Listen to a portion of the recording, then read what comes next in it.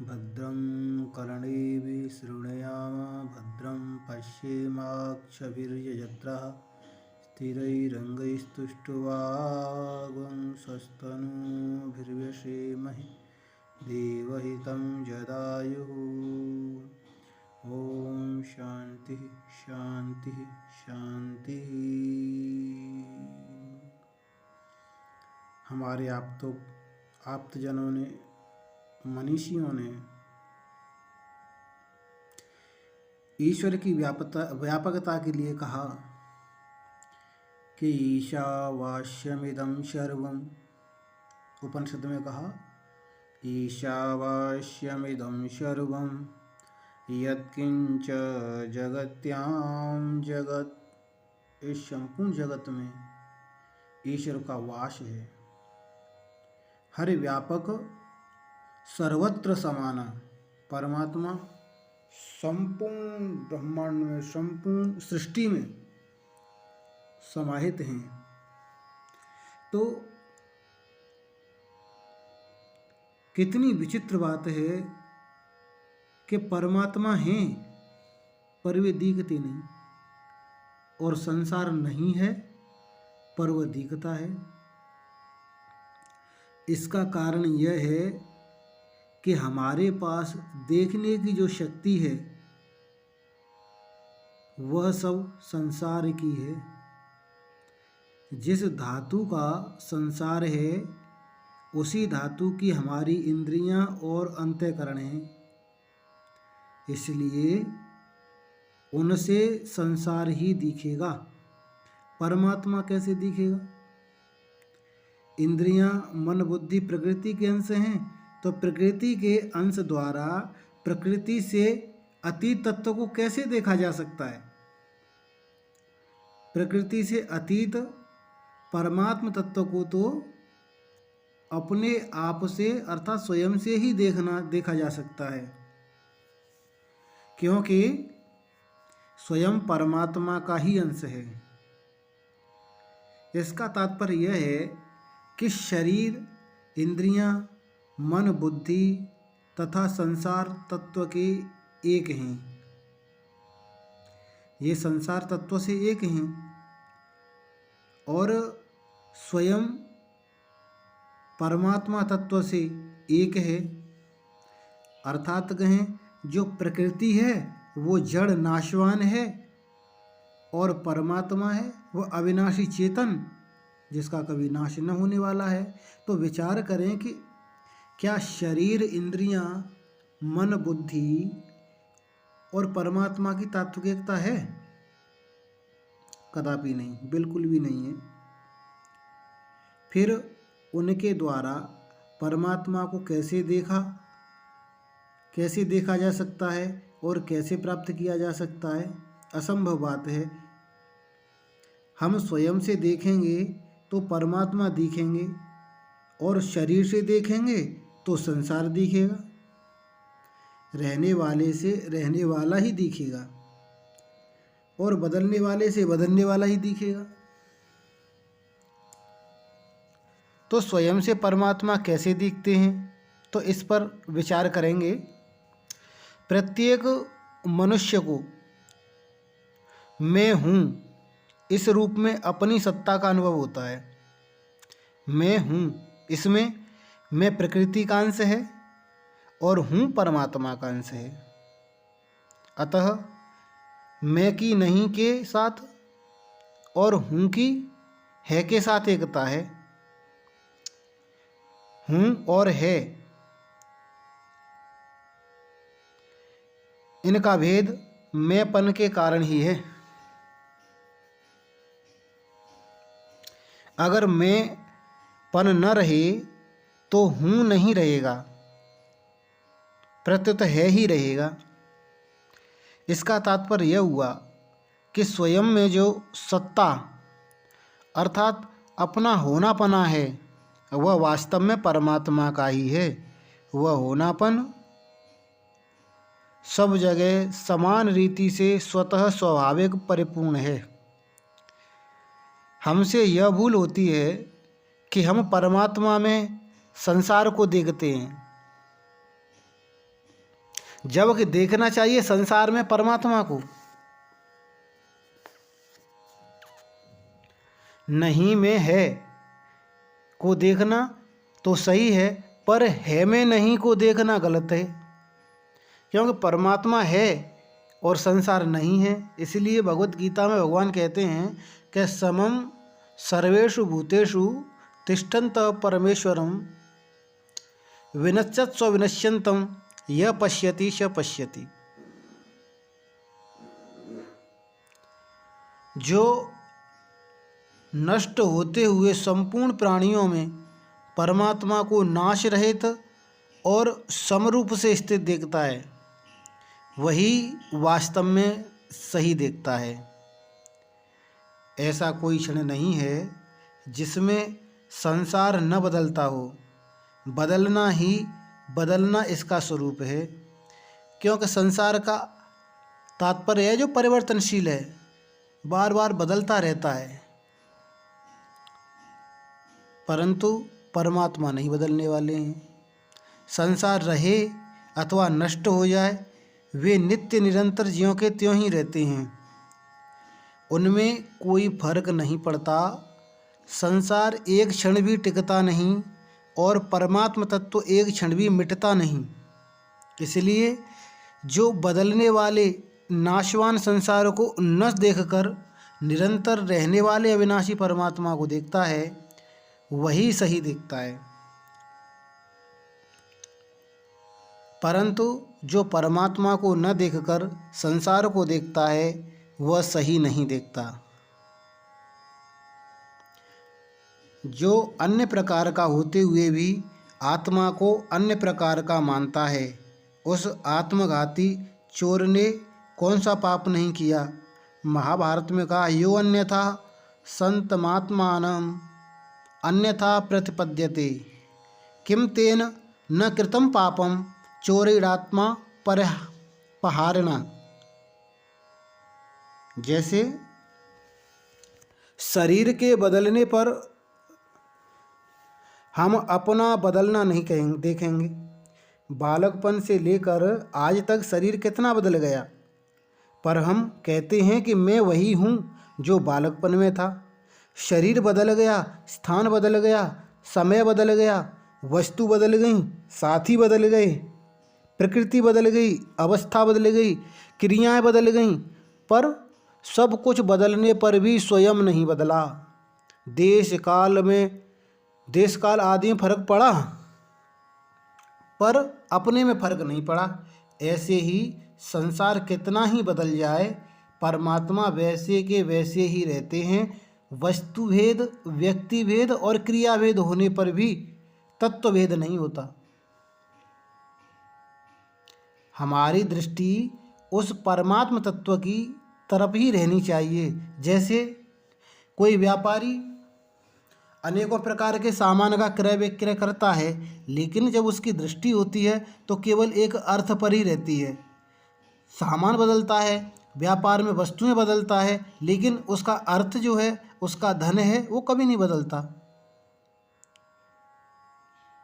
यह सिद्धांत है कि जो आदि अंत में नहीं होता, वो वर्तमान में भी नहीं होता, और जो आदि अंत में भी होता है पर वर्तमान में भी होता है, वो वर्तमान में भी होता है। तो संसार पहले भी नहीं था और पीछे भी नहीं रहेगा, इसलिए संसार नहीं है। परमात्मा पहले भी थे और पीछे भी रहेंगे, इसलिए परमात्मा ही हैं। संसार को सत्य रूप से देखने वाले कहते हैं कि परमात्मा है ही नहीं, और परमात्मा को सत्य रूप से देखने वाले कहते हैं कि संसार है ही नहीं। संसार में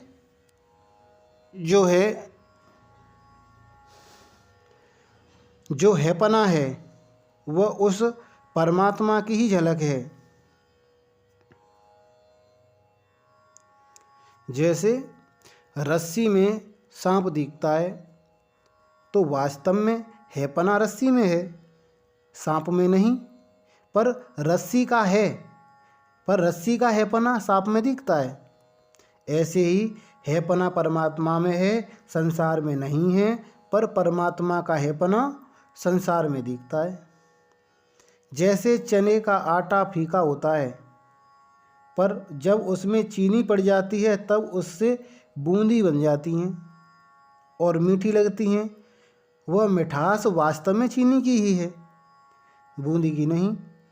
ऐसे ही संसार में जो हैपना दिखता है वह संसार का न होकर परमात्मा का ही है। अगर भक्ति योग की दृष्टि से देखें तो सब संसार परमात्मा स्वरूप ही है। भगवान कहते हैं मत्तः परतरम नान्यत् किंचित् अस्ति धनंजय, अर्थात मेरे सिवाय इस जगत का दूसरा कोई किंचन मात्र भी कारण तथा कार्य नहीं है। वासुदेव सर्वम ईशावास्यमिदं सर्वम, सब कुछ परमात्मा ही परमात्मा है, सब कुछ परमात्मा ही है। सत और असत भी मैं ही हूँ, सद सच्चा हम। भगवान कहते हैं मनसा वचसा दृष्टिया गृह्यते नैरपीन्द्रियैः अहमेव न मत्तोऽन्यदिति बुद्ध्यध्वमंजुषा।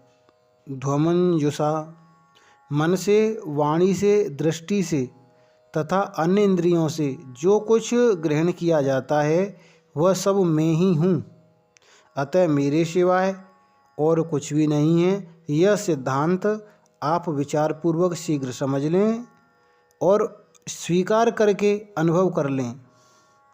भगवान स्वयं भगवत गीता में इस प्रकार से कहते हैं।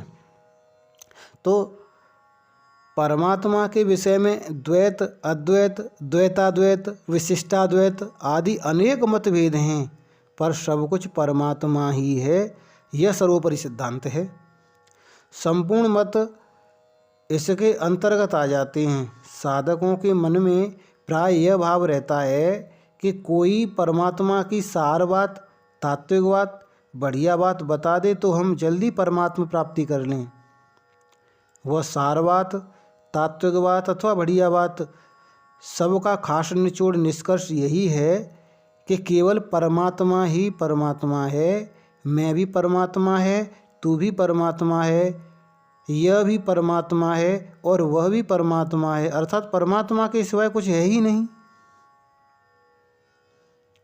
अब प्रश्न उठता है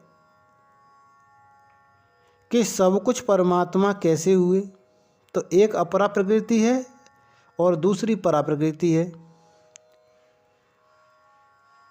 परा अपरा के मालिक परमात्मा हैं। पृथ्वी, जल, अग्नि, वायु, आकाश, मन, बुद्धि, अहम, यह 8 प्रकार की अपरा परिवर्तनशील प्रकृति है और जीव परा अपरिवर्तनशील प्रकृति है। अपरा और परा ये दोनों प्रकृतियां परमात्मा का स्वभाव होने से परमात्मा से अभिन्न हैं, अर्थात इन दोनों की परमात्मा से अलग स्वतंत्र सत्ता नहीं है। शरीर की अपरा प्रकृति के साथ और शरीरी की परा प्रकृति के साथ एकता है। इस प्रकार परमात्मा से अलग किंचन मात्र भी कोई सत्ता न होने से स्थूल पृथ्वी से लेकर सूक्ष्म से सूक्ष्म अहम तक सब कुछ केवल परमात्मा हुए, परमात्मा ही हुए। इसलिए भगवत गीता में अपरा, परा और वासुदेव अथवा क्षर, अक्षर और पुरुषोत्तम, इन तीनों के वर्णन का तात्पर्य इनको एक बताने में ही है, 3 बताने में नहीं है। अब प्रश्न होता है कि सब कुछ परमात्मा ही है तो इसका अनुभव कैसे हो? तो जगत की स्वतंत्र सत्ता न होते हुए भी जीव ने जगत को स्वतंत्र सत्ता दी है। जीव भूताम महाबाहो यजेदम धार्यते जगत। जगत को सत्ता देने में मुख्य कारण है सुख भोग बुद्धि। जीव की सुख भोग बुद्धि के कारण ही परमात्मा जीव को जड़ जगत रूप से दिखने लग गई। और जीव स्वयं भी जगत रूप हो गया। अतः परमात्म तत्व के अनुभव में सुख भोग बुद्धि ही खास बाधक है। अब प्रश्न होता है कि सुख भोग बुद्धि कैसे नष्ट हो। तो इसको मिटाने के 3 मुख्य साधन हैं। कहा कि नंबर 1 कर्मयोग, नंबर 2 ज्ञान योग और नंबर 3 भक्ति योग। कर्मयोग के द्वारा सुख भोग बुद्धि सुगमता से मिट सकती है। संपूर्ण सृष्टि 5 भौतिक होने से एक ही है। जैसे एक ही शरीर के अनेक अंग होते हैं, ऐसे ही संपूर्ण शरीर का ही सृष्टि के अनेक अंग हैं। जैसे मनुष्य अपने शरीर के सभी अंगों से अलग अलग यथायोग्य व्यवहार करते हुए भी सभी अंगों का समान रूप से सुख और हित चाहता है, किसी भी अंग का दुख और अहित नहीं चाहता। ऐसे ही साधकों के सभी प्राणियों से यथायोग्य व्यवहार करते हुए भी समान रूप से सबके सुख और हित का भाव रखना चाहिए और किसी का भी दुख और अहित नहीं चाहना चाहिए। जैसे माँ के हृदय में अपना दुख दूर करने की अपेक्षा भी अपने बेटे का दुख दूर करने का विशेष भाव रहता है, ऐसे ही साधक का भी दूसरे का दुख दूर करने का विशेष भाव होना चाहिए। दूसरों को सुख देने का भाव होने से अपना सुख भोग बुद्धि स्वतः मिटती है। ज्ञान योग में विवेक पूर्वक विचार करने से सुख भोग बुद्धि का नाश हो जाता है। जैसे प्यास की जल से अलग स्वतंत्र सत्ता नहीं है, प्यास जल रूप ही है। ऐसे ही सुखासक्ति की भी संसार से अलग स्वतंत्र सत्ता नहीं है, अर्थात जगत की सुखासक्ति का सुख भोग बुद्धि संसार रूप ही है। जैसे मनुष्य को जल की प्यास दुख देती है, मनुष्य को जल की प्यास दुख देती है, जल दुख नहीं देता। ऐसे ही संसार की सुखासक्ति ही दुख देने वाली है, संसार दुख नहीं देता। अतः सुखासक्ति ही संपूर्ण दुखों का, अनर्थों का, अवगुणों का, पापों का, अज्ञान का मुख्य कारण है। तो ऐसा विचार करने से संसार में सुख भोग बुद्धि मिट जाती है। भक्ति योग में साधक सब कुछ भगवान का ही है, सब कुछ भगवान का ही है और सब कुछ भगवान ही है। इसको दृढ़ता से मान ले कि वास्तव में बात यही है। मानने के बाद अनुभव स्वतः हो जाएगा। अनुभव न होने का दुख जितना तेज होगा उतनी ही जल्दी अनुभव होगा। जब सब रूपों में भगवान ही हैं तो फिर वे मेरे को क्यों नहीं दिखते? अगर माँ मौजूद है तो फिर वह मेरे की गोद में, तो फिर वह मेरे को गोद में क्यों नहीं लेती? इस प्रकार छटपटाहट लगे तो बहुत जल्दी सुख भोग बुद्धि का नाश होकर परमात्मा का अनुभव हो जाएगा। परंतु संसार के संबंध से जितना सुख लिया है उससे अधिक मात्रा में सुख भोग बुद्धि के न मिटने का दुख होना चाहिए। अगर साधक में सुख भोग बुद्धि को मिटाने की उत्कंठ अभिलाषा हो, पर उसको मिटाने में अपने को निर्बलता का अनुभव हो और साथ साथ यह विश्वास हो कि सर्वसमर्थ भगवान की कृपा शक्ति से ही मेरी यह निर्बलता दूर हो सकती है, तो ऐसी स्थिति में वह भक्त होकर भगवान के परायण हो जाता है। भगवान के परायण होने पर फिर स्वतः भीतर से प्रार्थना पुकार निकलती है, जिससे सुगमता पूर्वक सुख भोग बुद्धि मिट जाती है और एक परमात्मा के सिवाय कुछ नहीं है इसका अनुभव हो जाता है, क्योंकि वास्तव में सब कुछ परमात्मा ही है। कहा है,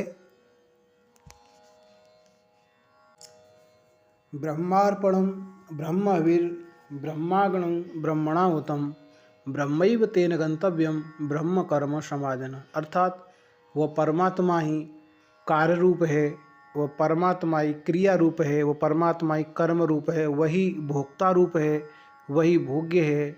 ब्रह्मार्पणम ब्रह्म हवि, वही हवि है, उसी को ही अर्पण कर रहे हैं। त्वदीयं वस्तु गोविंद तुभ्यमेव समर्पये गृहाणि सन्मुखो भूत्वा प्रसीद परमेश्वर।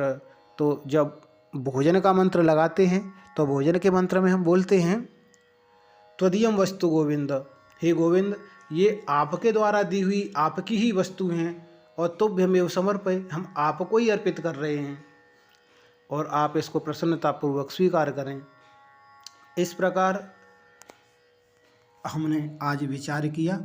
ओम सर्वे भवन्तु सुखिनः, सर्वे सन्तु निरामया, सर्वे भद्राणि पश्यन्तु, मा कश्चित् दुःखभाग् भवेत्। ओम शांति शांति शांति।